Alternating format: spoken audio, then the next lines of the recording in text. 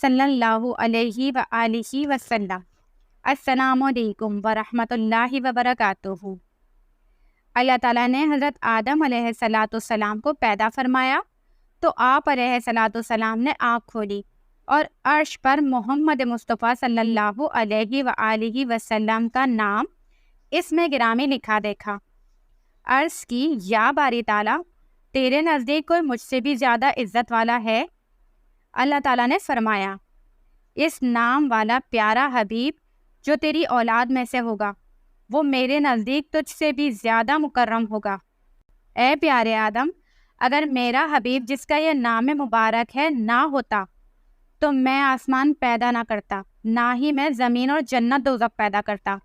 پھر جب اللہ تعالیٰ نے حضرت حوا کو بابا آدم علیہ السلام کی پسلی سے پیدا فرمایا اور حضرت آدم علیہ السلام نے حضرت حوا کو دیکھا تو اس وقت اللہ تعالیٰ نے حضرت آدم علیہ السلام کے اطہر یعنی شہوت بھی پیدا فرما دی تھی۔ تب حضرت آدم علیہ السلام نے عرض کیا، یا باری تعالیٰ، یہ کون ہے؟ اللہ تعالیٰ نے فرمایا، یہ حوا ہے۔ عرض کی، یا اللہ، اس کا نکاح میرے ساتھ کر دے۔ اللہ تعالیٰ نے فرمایا، پہلے اس کا حق مہر ادا کرو۔ عرض کیا، یا اللہ، اس کا حق مہر کیا ہے؟ اللہ تعالیٰ نے فرمایا، جو عرش پر نام مبارک لکھا ہوا دیکھا تھا اس کا نام اس نام والے میرے حبیب صلی اللہ علیہ وآلہ وسلم پر 10 مرتبہ درود پاک پڑھو۔ حضرت آدم علیہ السلام نے عرض کی، یا اللہ، اگر میں درود شریف پڑھوں تو حوا کا نکاح میرے ساتھ کر دے گا؟ رب تعالیٰ نے ارشاد فرمایا، ہاں۔ تب حضرت آدم علیہ السلام نے 10 مرتبہ درود پاک پڑھا تو اللہ تعالیٰ نے ان کا نکاح حضرت حوا کے ساتھ کر دیا۔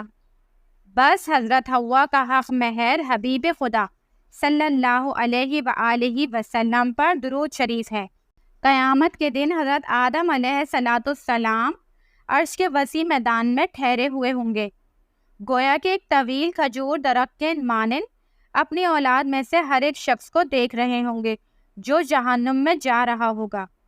اسی اثنا میں حضرت آدم علیہ السلام حضرت محمد صلی اللہ علیہ وآلہ وسلم کے ایک امتی کو جہنم میں جاتا دیکھ لیں گے۔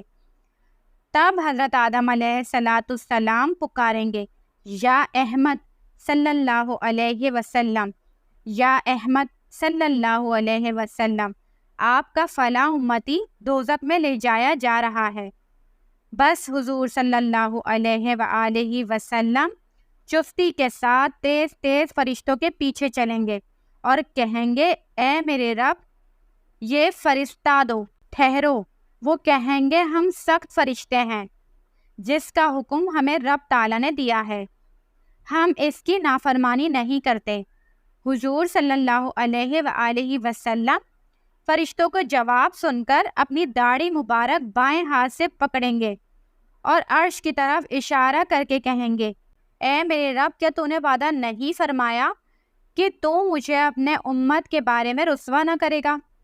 عرش سے ندا آئے گی، اے فرشتوں، محمد صلی اللہ علیہ وآلہ وسلم کی اطاعت کرو اور اس شخص کو لوٹا دو۔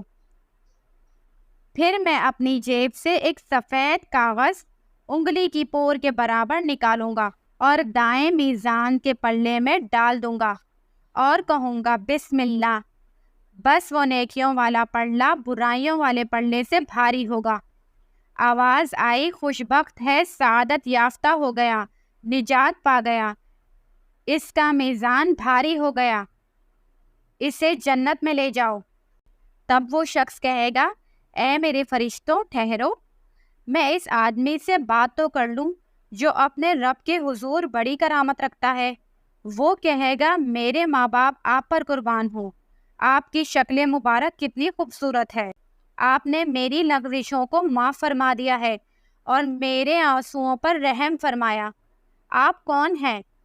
تب حضور صلی اللہ علیہ وآلہ وسلم فرمائیں گے، میں تیرا نبی محمد صلی اللہ علیہ وآلہ وسلم ہوں اور تیری وہ صلاح درود شریف ہے جو تو دنیا میں مجھ پر بھیجتا تھا۔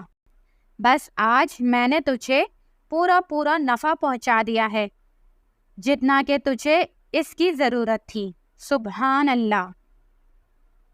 اللہ تعالیٰ مرتے دم تک ہم سب کو درود پاک پڑھنے اور اس کی دعوت دینے والا بنائے، آمین ثم آمین۔ صلی اللہ علی حبیبہ محمد و آلہ وسلم۔